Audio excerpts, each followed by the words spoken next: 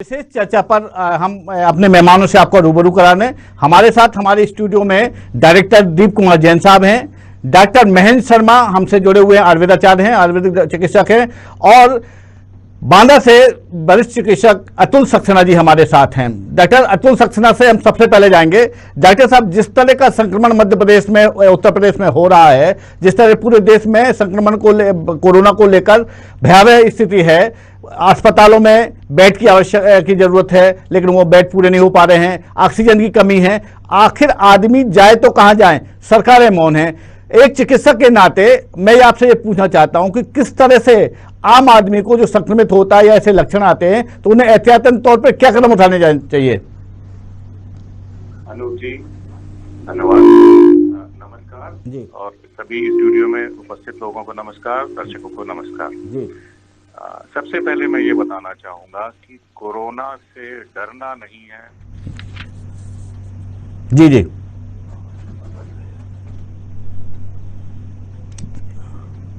जी जी लगता है डॉक्टर अतुल सक्सेना जी की आवाज नहीं आ पा रही, कुछ तकनीक खामियां हैं। दीप कुमार जैन साहब हमारे डायरेक्टर सर हैं। सर, जो परिस्थितियां हम और आप देख रहे हैं लगातार पिछले एक सप्ताह से और भयावह स्थिति होती जा रही है पूरे देश में, तो सरकार और आम जनता, विशेषकर आम जनता की क्या जिम्मेदारी है, किस तरह के उनको एहतियात बरतनी चाहिए?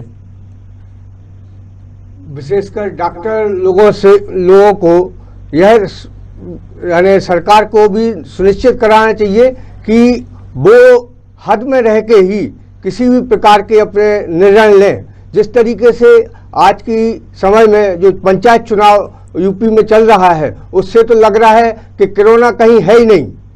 अतः डॉक्टर लोग इतनी ईमानदारी से काम करने के साथ साथ उनको सरकार को सलाह भी देना चाहिए जी।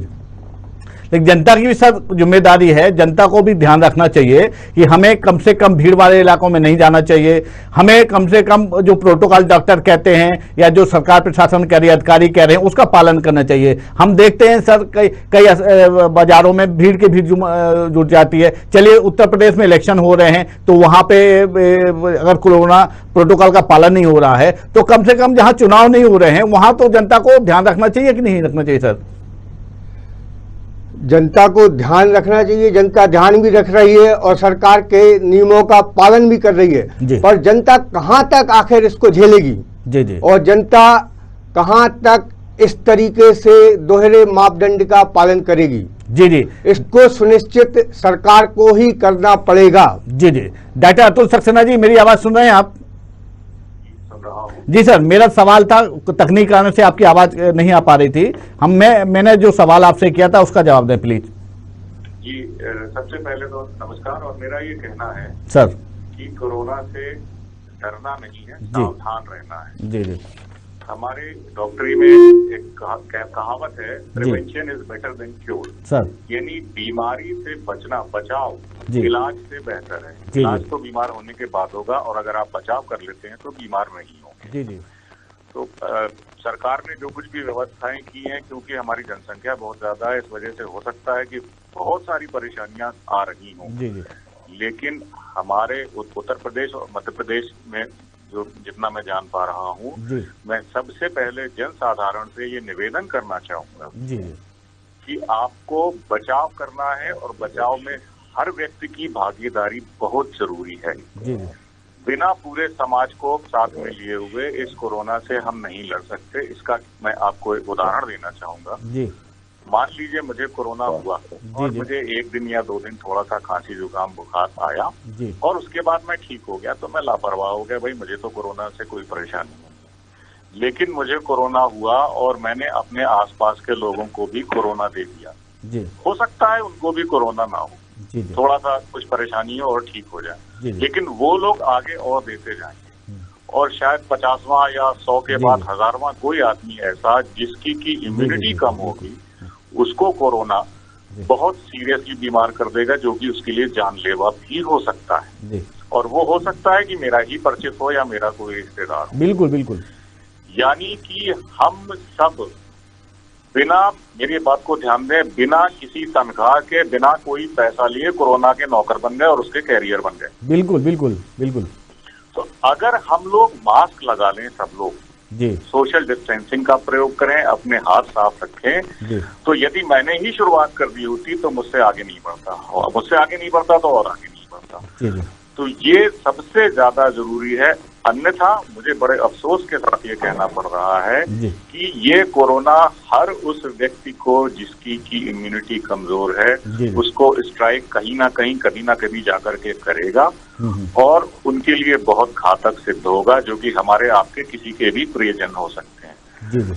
तो पूरे समाज की इसमें भागीदारी बहुत जरूरी है। सरकार जो कर रही है, लेकिन हमें अपनी जिम्मेदारी से नहीं भागना है, कोरोना से सावधान रहना है, डरना नहीं है और पूरी सावधानियां बरतनी है। जी बिल्कुल।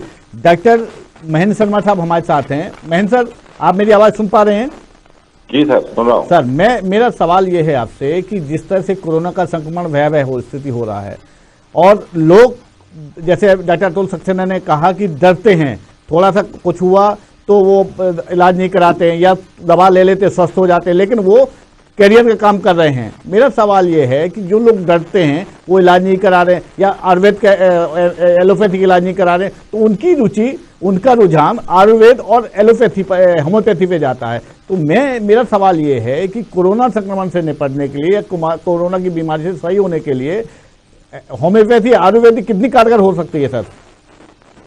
देखिए सर, जहाँ तक आयुर्वेद के लिए आपने पूछी है, जी जी, तो आयुर्वेद एक ऐसा चिकित्सा विज्ञान है जो पीढ़ी दर पीढ़ी लोग आयुर्वेद से परिचित हैं। जी जी, और हिंदुस्तान का सबसे पुराना चिकित्सा विज्ञान है। जी जी, हिंदुस्तान केवल नहीं, वर्ग का पहला चिकित्सा विज्ञान है। जी जी, तो हमारे तो आयुर्वेद में कहा गया है कि स्वास्थ्य रक्षणम आतुर अधिकार पर समनम क्या।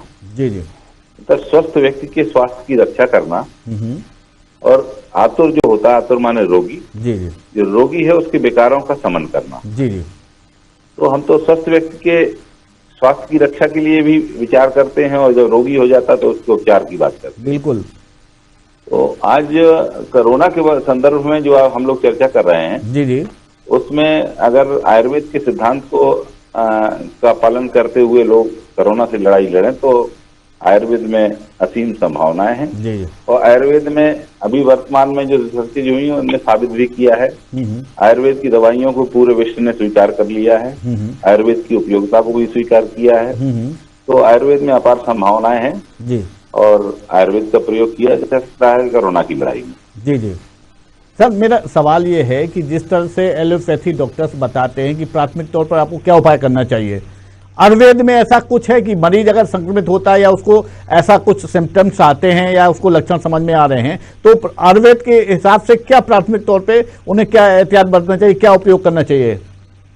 देखिए, कोरोना के जो लक्षण है, हमारे यहाँ वात फ्लैशमिक ज्वर होता था जी। आयुर्वेद में एक बीमारी होती थी वात फ्लैशमिक ज्वर। जी जी जी। तो उसके लक्षण पूरे कोरोना के साथ मैच खाते हैं। अच्छा जी। और जितनी भी वात फ्लैशमिक ज्वर होते हैं या इस तरह से संदर्भ में जितने बुखार हैं, उनके बारे में यही जो सोशल डिस्टेंसिंग की बात करते हैं हम लोग, आपसी दूरी बनाए रखना, हाथ का रखना, मास्क लगाना, जी जी, और इम्यूनिटी को मेन रूप से बढ़ाए रखिए। जी जी जी।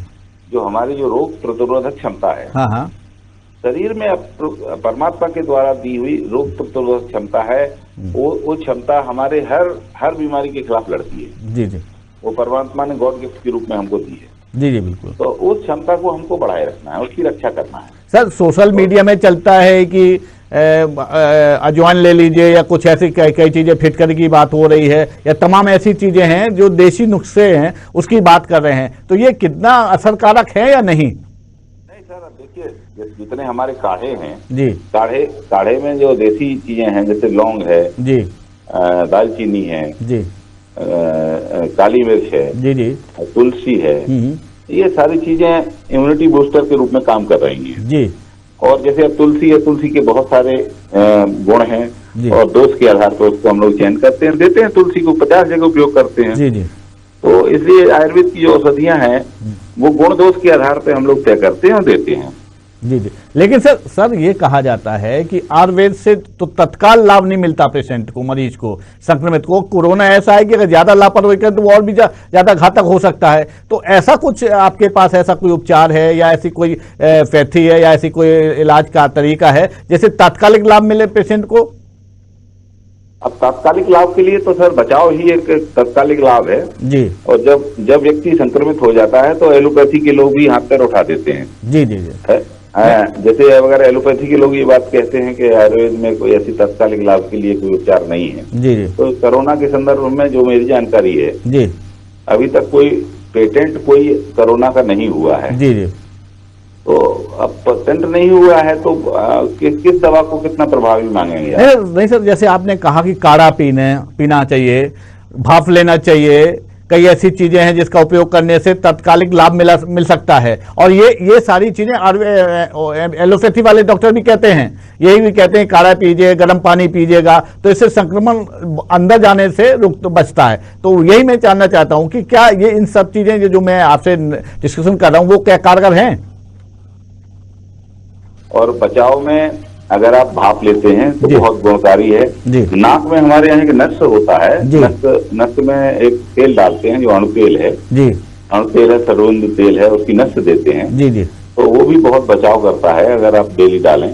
अच्छा। आयुर्वेद में तमाम दवाइयां कंपनियों ने बाजार में आजकल लॉन्च की हैं, तो उस पर भी काम हो रहा है। लेकिन घरेलू जो औषधियां हैं जैसे दालचीनी है, काली मिर्च है, तुलसी है, लौंग है, गर्म पानी है, गोल्डन मिल्क है, जी जी, हल्दी वाला दूध है, जी जी, इन सब चीजों को अगर प्रयोग करते रहें तो कोरोना से बचाव कर सकते हैं। चलिए डॉक्टर सक्सेना, मैं आपसे जानना चाहता हूं कि जब कोरोना संक्रमित व्यक्ति होता है और वो थोड़ी सी लापरवाही करता है और उसको सांस लेने में तकलीफ आने लगती है और सांस लेने में तकलीफ होकर कभी कभी ऐसी स्थिति आ जाती है जैसे इस समय चल रहा है कि अस्पतालों में बेड खाली नहीं है, काफी दूर पे है, तो ऐसी स्थिति में कुछ सांस लेने में जो तकलीफ हो रही है उससे बचने की कोई तात्कालिक उपाय है सर क्या? जी, मैं आपकी बात से हट के 2 लाइनें और बोलना चाहूंगा। जी जी जी जी जी। आयुर्वेद के बारे में मेरी राय ये है कि आयुर्वेद बहुत प्रभावकारी है जी। और ये समय ऐसा है कि हमको दोनों को मिला के चलना है। मैं रोज तुलसी और लौंग की चाय पीता हूँ, मैं गिलोय खा रहा हूँ शुरू से जी। सुबह और शाम एक गोली। ये मैं बताना चाहता हूँ सभी लोगों को कि आयुर्वेद बहुत प्रभावी है। हो सकता है कि शायद इमरजेंसी में ना हो, इसके बारे में मुझे कोई कुछ नहीं कहना है, क्योंकि मुझे अपनी पैथी के बारे में ज्ञान है, उसमें ही मैं कहूंगा। लेकिन आयुर्वेद की बहुत ज्यादा इसमें महत्वपूर्ण है आयुर्वेद, इसको मैं हमेशा से कहता आ रहा हूँ और कहूंगा। अब आते हैं आपके कोरोना संक्रमित हो गया है कोई व्यक्ति, तो सबसे पहले ध्यान रखना है कि हमें व्यक्ति का सबसे ज्यादा जरूरी है SpO2 यानी ऑक्सीजन सैचुरेशन का पता होना चाहिए। उसके बाद पल्स और टेम्परेचर। तो पल्स ऑक्सीमीटर से आपको ऑक्सीजन सैचुरेशन और पल्स पता चल जाएगा और थर्मामीटर से टेम्परेचर पता चल जाएगा। सबसे ज्यादा जरूरी है ऑक्सीजन सैचुरेशन, अगर वो 94 से नीचे है तो परेशानी की बात है, 94 से ऊपर है तो परेशानी की बात नहीं है। दूसरा पल्स अगर 1 मिनट में 120 से ज्यादा है तो परेशानी की बात है, ठीक है। और तीसरा टेम्परेचर 104 या ऊपर है तो परेशानी की बात है। अगर किसी व्यक्ति को कोरोना से, बल्कि इस समय जो सरकार की तरफ से जो गाइडलाइंस आ गई हैं उसमें ये कहा गया है कि हर बीमारी, हर बुखार इस समय जो भी है उसको ये मान के चलना है कि कोरोना हो रहा है और कोरोना की गाइडलाइंस में ही ट्रीटमेंट किया जाएगा। और जिन लोगों का ऑक्सीजन सैचुरेशन कम है या उनकी पल्स बहुत ज्यादा है या टेम्परेचर 104 से ऊपर है, उन लोगों को ही एडमिशन की आवश्यकता है। हर व्यक्ति को एडमिशन की आवश्यकता नहीं है। होम आइसोलेशन और ट्रीटमेंट सरकार पूरी किट प्रोवाइड करा रही है, जिसमें वो दवाएं दे रही है, जिसमें डॉक्सीसाइक्लिन, एजिथ्रोमाइसिन, आइवरमेक्टिन की टैबलेट्स हैं। और इसके अलावा अगर जरूरत पड़ती है तो ऑक्सीजन भी ली जा सकती है। बिल्कुल हर व्यक्ति को अस्पताल में भर्ती करने की आवश्यकता नहीं है। जी, मेरा सवाल रह गया डॉक्टर साहब, मैंने कहा था, मैंने पूछा था, मेरा जिज्ञासा थी मेरी, मैंने आपसे निवेदन किया था कि जिस तरह से अगर कोई संक्रमित होता है और वो अस्पताल नहीं जाता, धीरे धीरे उसकी सांस लेने की तकलीफ होने लगती है, तो ऐसे मौके में जब उनका अस्पताल दूर है या अस्पताल में बेड खाली नहीं है, तो वो प्राथमिक तौर पर सांस लेने में जो तकलीफ होती है उससे कैसे बच सकता है? जी देखिए, सबसे पहले तो ऑक्सीजन की व्यवस्था करो। इससे पहले भी ये भी हो सकता है कि उस व्यक्ति को फेफड़े में पहले से संक्रमण हो या दमा का मरीज हो। बिल्कुल बिल्कुल। अगर ऐसा नहीं है जी, तो अगर वो ऐसा मरीज है तो उसकी दवा उसको साथ में वो लेता ही रहेगा। पर सबसे पहले ऑक्सीजन की जरूरत है। अगर ऑक्सीजन संभव है तो उसको ऑक्सीजन दी जाए, अन्यथा उस व्यक्ति से कहा जाए कि वो पट लेट करके, यानी पेट के बल लेट करके एक तकिया अपने छाती और सर पे के नीचे रखे और एक तकिया अपने पैरों के नीचे रखे और गहरी गहरी सांसें ले। इससे उसका ऑक्सीजन सैचुरेशन बढ़ेगा। यही एक तात्कालिक उपाय है। और उसके बाद तत्काल अस्पताल पहुंचाया जाए उसको, और अस्पताल पहुंचाया। बहुत बहुत महत्वपूर्ण जानकारी दी डॉक्टर शर्मा। मैं ये पूछना चाहता हूं आप में कि मध्य प्रदेश सहित कई और स्टेट में ऐसा है कि जो आयुर्वेदिक चिकित्सालय हैं वहां पे कोरोना का संक्रमण अस्पताल को कोविड केयर सेंटर बना दिए गए हैं, वहां पे तमाम सुविधाएं उपलब्ध करा दी गई। तो मैं जानना चाहता हूं कि उत्तर प्रदेश में क्या ऐसी स्थिति है? सर, झांसी में भी आयुर्वेदिक कॉलेज में कोविड सेंटर बना हुआ है जी, और वहाँ जो अभी डॉक्टर सक्सेना सर चर्चा कर रहे थे जी कि आपातकालीन स्थिति में, इमरजेंसी में तो एलोपैथी को ही हम लोग प्रेफर करते हैं। जी जी। अब जैसे ऑक्सीजन लगाना है तो एक तो एलोपैथी आयुर्वेद में नहीं बांटा जा सकता, ऑक्सीजन तो नैसर्गिक विषय है। जी जी। चाहे वो आयुर्वेद वाले लगाएं चाहे एलोपैथी वाले लगाएं, लगाने का तरीका वही है, चाहे आयुर्वेद का डॉक्टर लगा रहा हो तो एलोपैथी का डॉक्टर लगा रहा हो। बिल्कुल बिल्कुल। तो जो इमरजेंसी पैरामीटर्स हैं वो तो है ही हैं। जी। कोरोना सेंटर हमारे यहाँ भी उत्तर प्रदेश में काफी अस्पतालों में बने हुए हैं, झांसी में खास तौर से बना हुआ है। जी जी। तो उसमें सारे जो इमरजेंसी सेवाएं हैं वो सब हैं वहाँ। जी जी। और एलोपैथी आयुर्वेद के डॉक्टर्स मिलकर वहाँ काम कर रहे हैं। सर, जो कोरोना उपचार का आज अभी जो डॉक्टर साहब ने एक बात कही वो बहुत सुंदर बात थी जी, कि कोरोना हो या कोई अन्य बीमारी हो जी, और भारत सरकार का भी इंटीग्रेशन की तरफ बहुत ज्यादा झुकाव है। जी जी। हम लोग इंटीग्रेट होके बीमारियों से अच्छी लड़ाई लड़ सकते हैं। जी जी। बहुत सी ऐसी चीजें हैं जी जो एलोपैथी में बहुत ज्यादा कारगर हैं। जी जी। बहुत सी ऐसी चीजें हैं जो आयुर्वेद में बहुत ज्यादा कारगर हैं। जी जी। तो जो बहुत अच्छी अच्छी चीजें हैं वो उनको एक जगह कर दिया जाए तो रोगी को ज्यादा लाभ मिल सकता है। जी जी जी। जैसे इमरजेंसी को हम लोग इमरजेंसी ड्रग एलोपैथी को उठा दें यहाँ, जी जी, तो रोगी को आप तत्कालिक लाभ दे सकते हैं। जी जी। आयुर्वेद की चिरकारी जितनी जो क्रॉनिक बीमारियां हैं जी जी, उनमें आयुर्वेद बहुत ज्यादा प्रभावी होता है। जी, तो उनको आप उसके साथ इंटीग्रेट कर दीजिए तो बहुत ज्यादा लाभ होगा। और कोरोना के विषय में कई अस्पताल ऐसे हैं उत्तर प्रदेश में, क्या ऑल इंडिया में कई अस्पताल चल रहे हैं। जी जी। जैसे BHU में जो अस्पताल चल रहा है सर सुंदरलाल चिकित्सालय, वहाँ इंटीग्रेशन चल रहा है। जी जी। जयपुर का NIA है जो नेशनल आयुर्वेद इंस्टीट्यूट है, वहाँ इंटीग्रेशन चल रहा है। तो आज भारत सरकार इंटीग्रेट कर रही है चिकित्सा को। बिल्कुल, निश्चित तौर पर आप बड़े शहरों की बात कर रहे हैं, हम छोटे जिलों पे जाएं, कानपुर, हमीरपुर हो गया, बांदा हो गया, महोबा हो गया, आपका मिर्जापुर हो गया, यहाँ पे जो आयुर्वेदिक अस्पताल हैं वहाँ पर जो कोरोना बीमारी का जो पैरामीटर, इलाज का जो पैरामीटर है वह उन अस्पतालों में क्या वहाँ पर प्रोवाइड कराया गया है क्या? सर जैसे छोटे अस्पताल हैं जी, वो जैसे महोबा की बात आपने की या रूरल जो बुंदेलखंड की बात कर रहे हैं, जी जी जी, कि यहाँ तो पलंग ही नहीं है सर, चिकित्सा की तो ऐसी स्थिति है। जी जी जी। वहाँ कोरोना का इलाज इमरजेंसी कैसे होगी? वहाँ तो यही है कि ऑक्सीजन के लेवल को लेटने के लिए जो रास्ता में तरीका होता है तो अंधे लेट जाएं, जी जी, पेट के बल लेटा दें। रोगी को हम लोग बता देते हैं, जैसे बरुआ सागर है, मौरानीपुर है, बिल्कुल, जरोठा है, यहाँ जो रूरल क्षेत्र में जब लोग कैंप करते हैं लोग वो ट्रेंड करते हैं कि औंधे लेट जाइए, आपके पास ऑक्सीजन हो या ना हो। अगर औंधे लेट जाएंगे तो ऑक्सीजन का लेवल बॉडी में अपने आप बढ़ जाएगा। जी जी जी। तो उल्टा लेटा देते हैं उनको ग्रामीण क्षेत्र में, वो उसका लाभ लेते रहे, उसके बाद फिर अस्पताल पहुंचा देते हैं। सर, जहां तक मुझे जानकारी है कि आप रेलवे से भी जुड़े हैं, पिछले कुछ दिनों पहले जब पहली लहर आई थी तब रेलवे ने एक नया तरीका अख्तियार किया था कि रेलवे कोच में मतलब उपचार की सुविधाएं कर दी गई थी, वहां पे बेड डाल दिए गए थे, ऑक्सीजन की व्यवस्था थी, वेंटिलेटर लगाया गया था। तो ऐसे कई कोच भोपाल में भी बने हैं आपके, और भी उत्तर प्रदेश से कई जो जहां पर कोच फैक्ट्रियां हैं वहां निर्माण हुआ है। मेरे यहाँ झांसी में बहुत बड़ा रेल कारखाना है। जी जी। और रेल कारखाने में मैं आयुर्वेदिक चिकित्सक के रूप में वहाँ 20 साल से काम कर रहा हूँ सर। हाँ, हमारे कारखाने ने भी इस तरह के डिब्बे बहुत बनाए थे मंत्रालय के आदेश पे। जी जी। और वो रेडी रहे और तमाम जगह उनको जहाँ सरकार ने चाहा कि यहाँ खड़ा करना है जी, जैसे महोबा, बांदा या यहाँ जहाँ गवर्नमेंट ने चाहा वहाँ खड़ा किया गया उनको। तो अब इस समय भेजे गए हैं सर क्या वहाँ पे ये सब?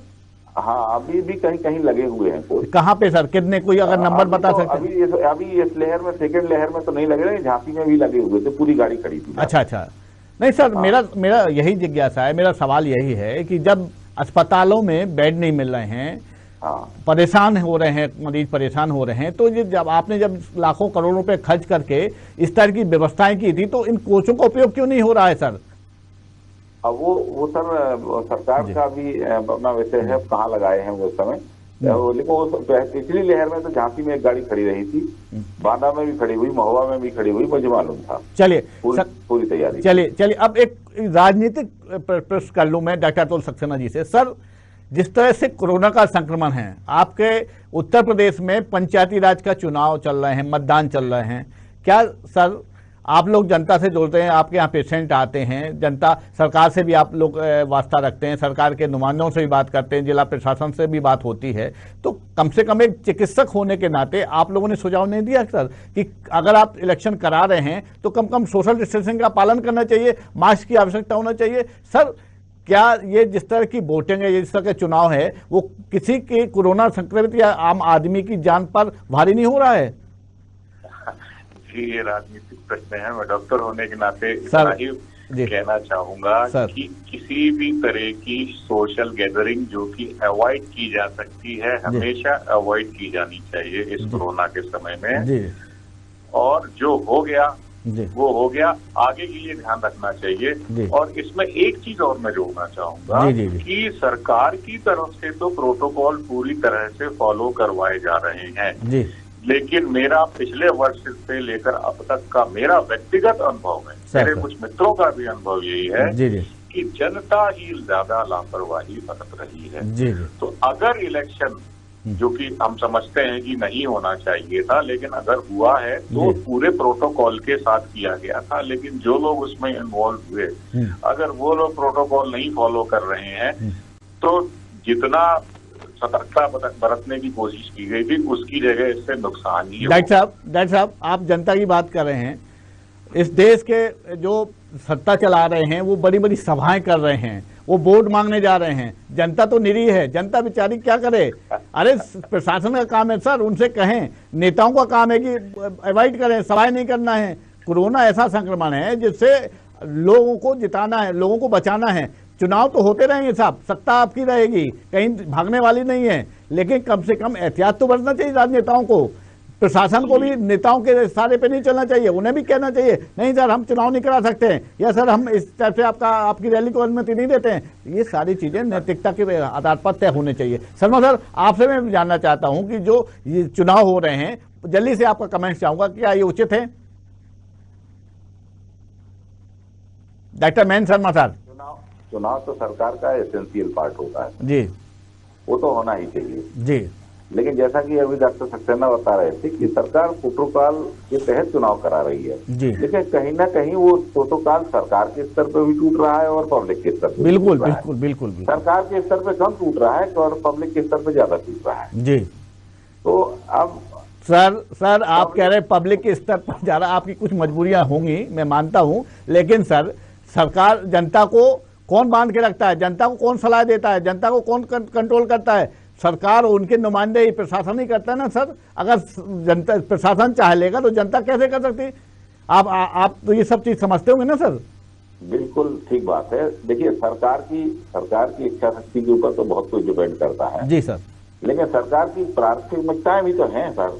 हम तो ये मानते हैं जैसे अमेरिका का भी चुनाव हुआ पूरा कोरोना काल में चुनाव हुआ। बिल्कुल बिल्कुल। बाइडेन का भी चुनाव हुआ है पूरा कोरोना काल में। सर अगर इस पे हम लोग चर्चा करें तो बात बहुत दूर तक जाएगी। हमारे डायरेक्टर साहब हैं, मैं अंतिम आपसे टिप्पणी चाहता हूं। दीप कुमार जैन सर हमारे डायरेक्टर हैं। सर मैंने आपने दोनों मेहमानों को सुना, जिस तरह से उन्होंने अपनी पैथी की बात की, जिस तरह बचाव के ऊपर बात करी, उन्होंने कहा कि जनता की भी लापरवाही है। मैं जानना चाहता हूं कि लोकतंत्र में चुनाव जरूरी है, ये मानते हैं, लेकिन जिस तरह से कोरोना संक्रमण है, जिस तरह लोगों की जान पे बन आई है, तो क्या इस तरह के चुनाव को अगर चुनाव कराए जाने तो क्या प्रोटोकॉल का उपयोग नहीं करना चाहिए, प्रोटोकॉल का पालन नहीं कराना चाहिए?